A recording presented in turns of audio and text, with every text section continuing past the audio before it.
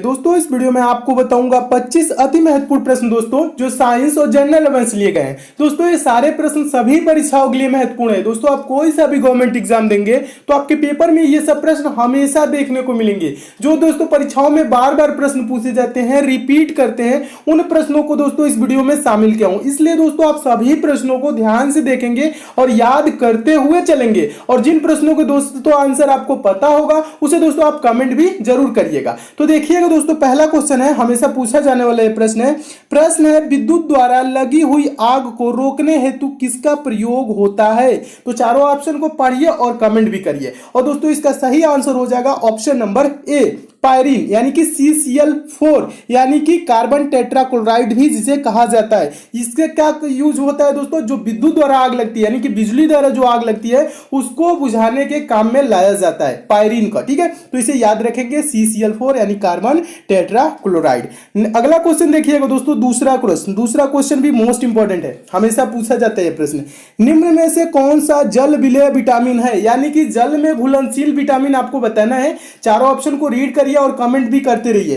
दोस्तों इसका आंसर हो जाएगा option number C, vitamin C. क्या है दोस्तों, जल में घुलनशील। इस पे दोस्तों दो टाइप के प्रश्न बनते हैं, एक प्रश्न बनता है जल में घुलनशील और एक प्रश्न बनता है दोस्तों वसा में घुलनशील। ठीक है, तो जल में घुलनशील दोस्तों विटामिन बी और सी होता है। कौन होता है, विटामिन बी और सी होता है जल में घुलनशील, जबकि विटामिन ए, डी, ठीक है, और ई और क्या है के, ये जो दोस्तों चार विटामिन है ये क्या होते हैं दोस्तों, वसा में घुलनशील होते हैं। तो इसे भी याद रखेंगे, ए डी ई के, ये क्या होता है दोस्तों, वसा में घुलनशील होता है। और बी और सी क्या होता है दोस्तों, जल में घुलनशील होता है। तो दोनों प्रश्नों को दोस्तों आप याद रखेंगे। नेक्स्ट क्वेश्चन देखिएगा दोस्तों, तीसरा प्रश्न है, तीसरा प्रश्न भी महत्वपूर्ण है। प्रश्न है शरीर का कौन सा अवयव रक्त को शुद्ध करता है। रक्त को शुद्ध करने का काम कौन करता है। चारों ऑप्शन को पढ़िए और कमेंट भी करिए। और इसका आंसर हो जाएगा दोस्तों option number C. Option number इसका क्या हो जाएगा, ऑप्शन नंबर सी नहीं, ऑप्शन नंबर इसका डी सही हो जाएगा, गुर्दा। ऑप्शन नंबर डी सही हो जाएगा, गुर्दा, जिसे दोस्तों किडनी बोला जाता है।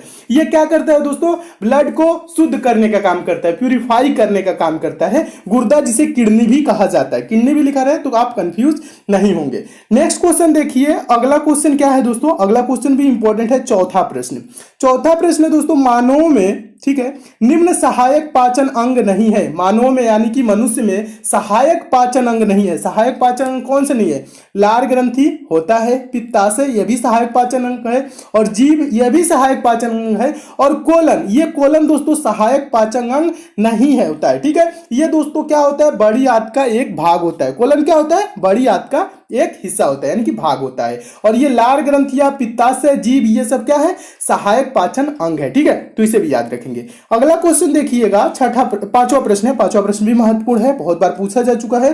प्रश्न है नालंदा विश्वविद्यालय की स्थापना किसके द्वारा की गई। कमेंट करके इसे आप जरूर बताएंगे।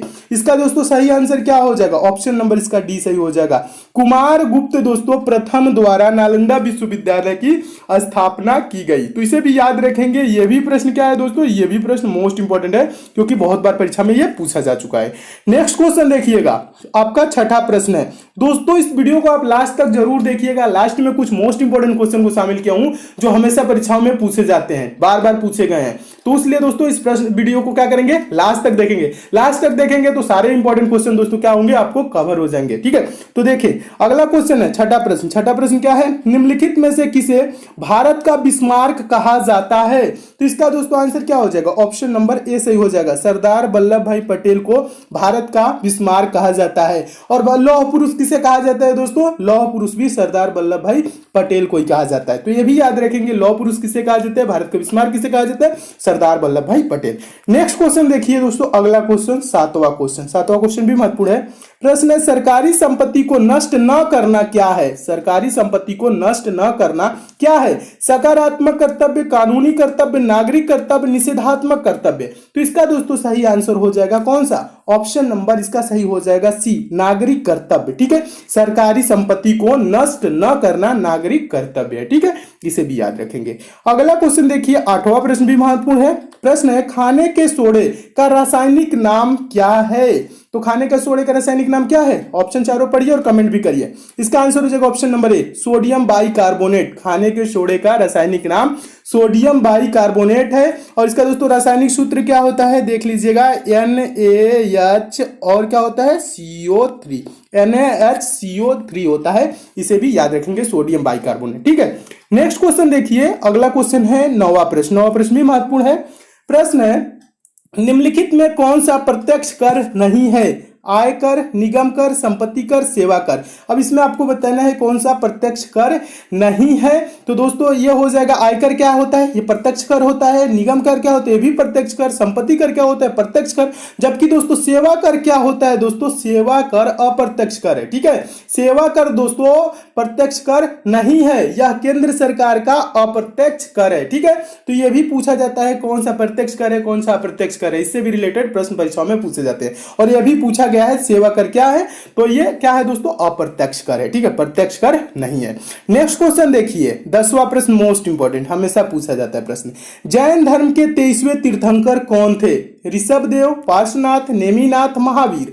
तो दोस्तों इसका सही आंसर क्या हो जाएगा? आप कमेंट करिएगा जरूर। देखिए इसका सही आंसर हो जाएगा option number B, Parshvanath. Jain धर्म के 23वें तीर्थंकर पार्श्वनाथ थे। और दोस्तों 24वें भी पूछा जाता है। कौन पूछा जाता है? 24वें तीर्थंकर कौन थे? ठीक है, तो 24वें तीर्थंकर दोस्तों महावीर स्वामी। ठीक है, भगवान महावीर। ठीक है, यानी ये कौन थे दोस्तों? ये 24वें व अंतिम तीर्थंकर थे भगवान महावीर। ठीक है, तो इनका नाम भी याद रखेंगे। और एक प्रश्न इससे बनता है दोस्तों, प्रथम तीर्थंकर। देखिए 23वें, 24वें और प्रथम, यही बार बार पूछे जाते हैं। प्रथम पूछा जाएगा दोस्तों ऋषभदेव। ऋषभदेव कौन थे दोस्तों? जैन धर्म के प्रथम तीर्थंकर। और 23वें दोस्तों कौन थे? पार्श्वनाथ। और 24वें वो अंतिम पूछ ले, 24 ही तीर्थंकर हुए थे, 24वें कहे या अंतिम कहे, तो भगवान महावीर। ठीक है, तो ये आंसर हो जाएगा, तो इसे भी दोस्तों याद रखेंगे। नेक्स्ट क्वेश्चन देखिएगा, अगला क्वेश्चन है 11वां प्रश्न। 11 नंबर प्रश्न है, कह रहे हैं लोहे में जंग लगने के लिए किसकी आवश्यकता होती है? लोहे में जंग किसके कारण लगेगा? जंग लगना हो तो उसके लिए क्या जरूरत पड़ती है, क्या आवश्यकता होता है? तो आंसर इसका क्या हो जाएगा दोस्तों? चारों ऑप्शन को पढ़िए और कमेंट भी करिएगा। इसका आंसर हो जाएगा ऑप्शन नंबर बी, ऑक्सीजन और जल की जरूरत होती है लोहे में जंग लगने के लिए। ठीक है, इसे भी याद रखेंगे।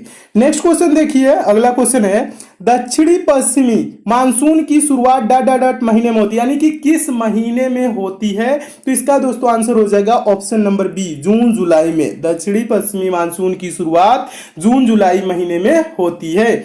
नेक्स्ट क्वेश्चन देखिए, पूछा गया प्रश्न है बहत मुद्रा किस देश की है? प्रश्न है बहत मुद्रा किस देश की है, यानी बहत जो है ये मुद्रा किस देश की है, ये चीज पूछ रहा है। तो इसका दोस्तों आंसर क्या हो जाएगा? ऑप्शन नंबर इसका ए सही हो जाएगा, थाईलैंड। थाईलैंड की मुद्रा का नाम क्या है दोस्तों? बहत। ठीक है, और इजराइल की मुद्रा का नाम क्या है दोस्तों? New shekel. क्या है? न्यू शेकेल इजराइल की मुद्रा का नाम है। भारत की मुद्रा का नाम क्या है दोस्तों? रुपया। पाकिस्तान की मुद्रा का नाम क्या है? रुपया। ठीक है, भारत पाकिस्तान की मुद्रा का नाम है रुपया, इजराइल का मुद्रा का नाम है न्यू शेकेल, और थाईलैंड की मुद्रा का नाम है क्या? बहत। ठीक है, तो इन सब प्रश्नों को दोस्तों याद रखेंगे, ये भी प्रश्न हमेशा पूछे जाते हैं। 14वां प्रश्न देखिएगा दोस्तों, गोल गुंबज को किसने अभिकल्पित किया था? यानी गोल गुंबज का वास्तुकार का नाम बताना है। गोल गुंबज के वास्तुकार का नाम बताना है कौन है? ठीक है, यानी कि पूछ रहा है गोल गुंबज को किसने अभिकल्पित किया था।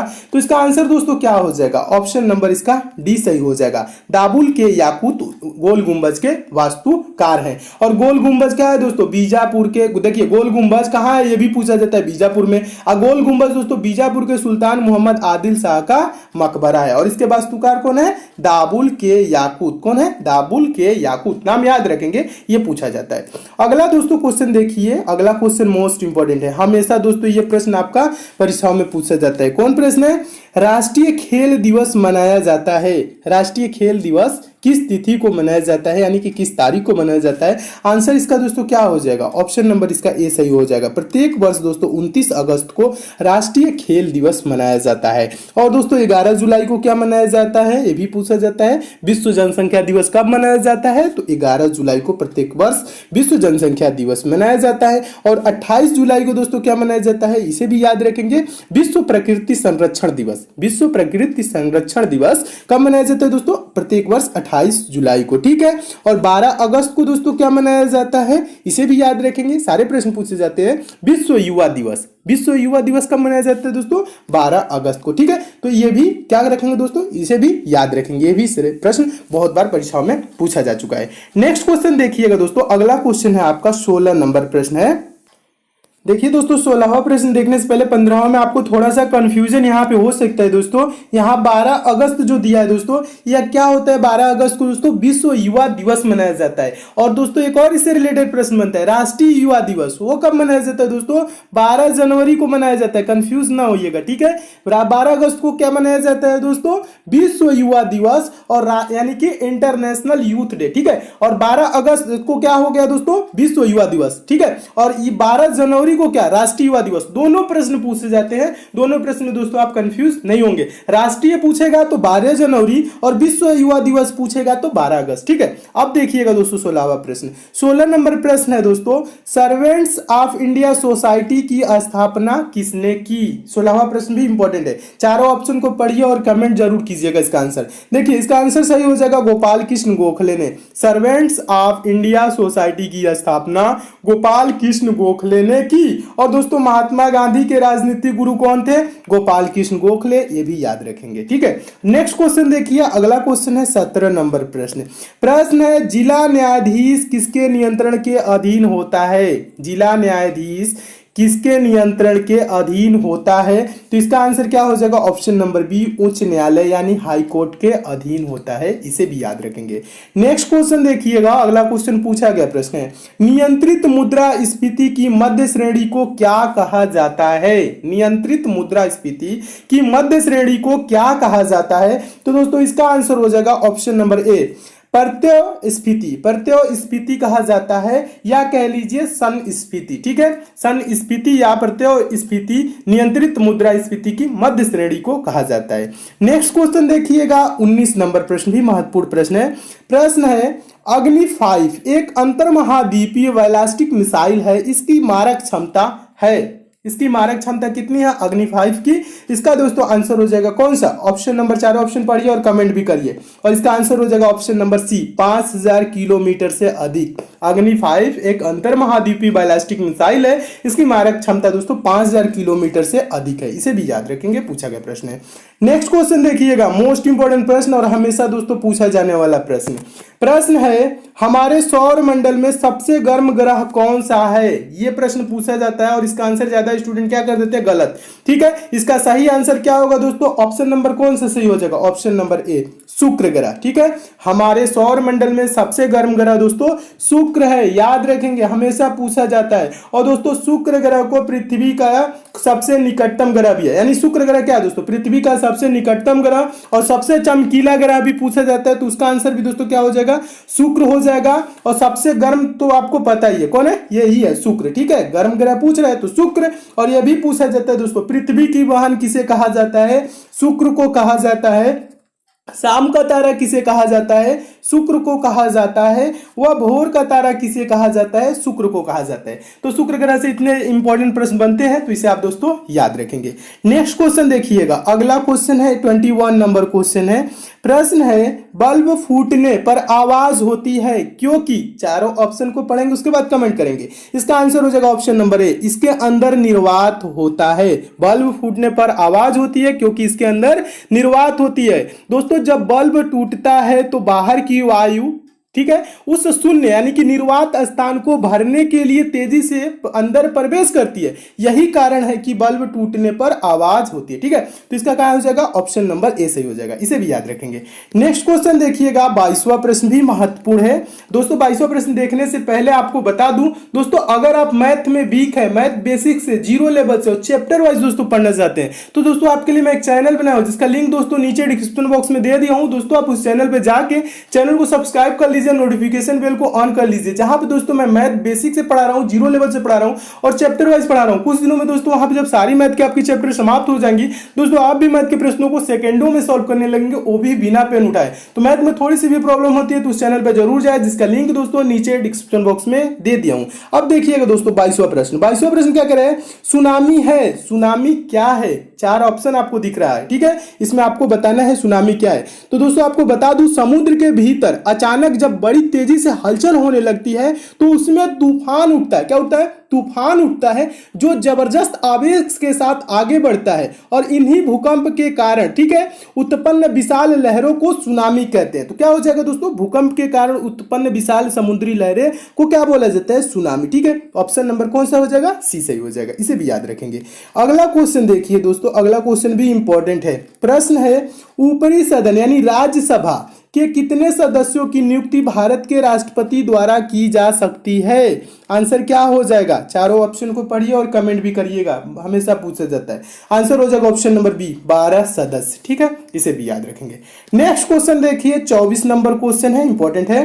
The test of my life पुस्तक के लेखक कौन है? यह प्रश्न मोस्ट इंपॉर्टेंट है और इसमें 2-3 प्रश्न बनते हैं, आपको बता रहा हूं। ठीक है, the test of my life पुस्तक के लेखक कौन है?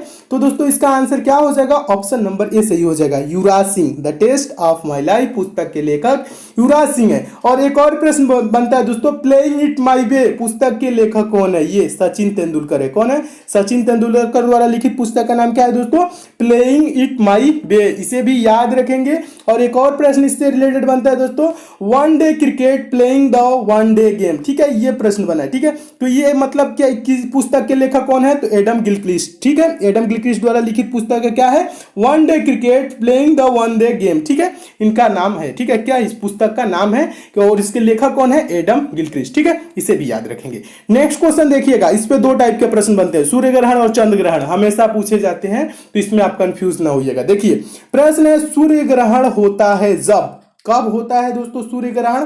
तो इसका आंसर दोस्तों क्या हो जाएगा? ऑप्शन नंबर सी, चंद्रमा सूर्य और पृथ्वी के बीच आ जाता है। ये जब चंद्रमा दोस्तों सूर्य और पृथ्वी के बीच आ जाएगा तो क्या होगा दोस्तों?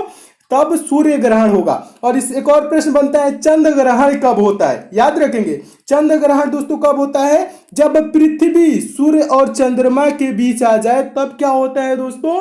चंद्र ग्रहण होता है। कब होता है? जब पृथ्वी सूर्य और चंद्रमा के बीच आ जाए।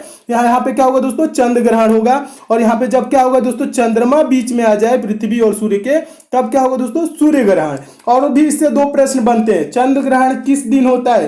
तो दोस्तों चंद्र ग्रहण पूर्णिमा के दिन होता है। और सूर्य ग्रहण दोस्तों किस दिन होता है? तो सूर्य ग्रहण दोस्तों अमावस्या के दिन होता है। ये भी याद रखेंगे, ये भी प्रश्न पूछे जाते हैं दोस्तों। इसमें और भी क्वेश्चन है, उसको मैं नेक्स्ट पार्ट में करा दूंगा। और दोस्तों आपको ये सभी प्रश्न अच्छे लगे हैं, समझ में आए हैं, तो दोस्तों इस वीडियो को लाइक जरूर कीजिएगा, शेयर भी कर दीजिएगा। फेसबुक, व्हाट्सएप, टेलीग्राम, जितने भी दोस्तों आपके पास स्टडी ग्रुप हो उस ग्रुप में शेयर जरूर कीजिएगा। और जो दोस्त इस चैनल पर नए हैं, जिनको दोस्तों हमारे वीडियोस की डेली नोटिफिकेशन नहीं मिलती है, नीचे दोस्तों रेड कलर का इस टाइप से सब्सक्राइब दोस्तों लिखा होगा, ऐसे वहां पे क्लिक करके दोस्तों चैनल के साथ जुड़ जाइएगा। और बगल में दोस्तों बेल आइकन का सिंबल बनेगा दोस्तों, नोटिफिकेशन बेल आइकन होता है, प्रेस करके ऑन कर लीजिएगा। प्रेस करके जब ऑन कर लेंगे तो डेली आपको सारे वीडियोस की नोटिफिकेशन यानी आप तक मैसेज जाएगी। तो दोस्तों सब्सक्राइब और बेल आइकन पे प्रेस जरूर कीजिएगा। तो मिलते हैं दोस्तों अगले वीडियो में और भी इंपॉर्टेंट प्रश्नों के साथ, तब तक के लिए दोस्तों धन्यवाद।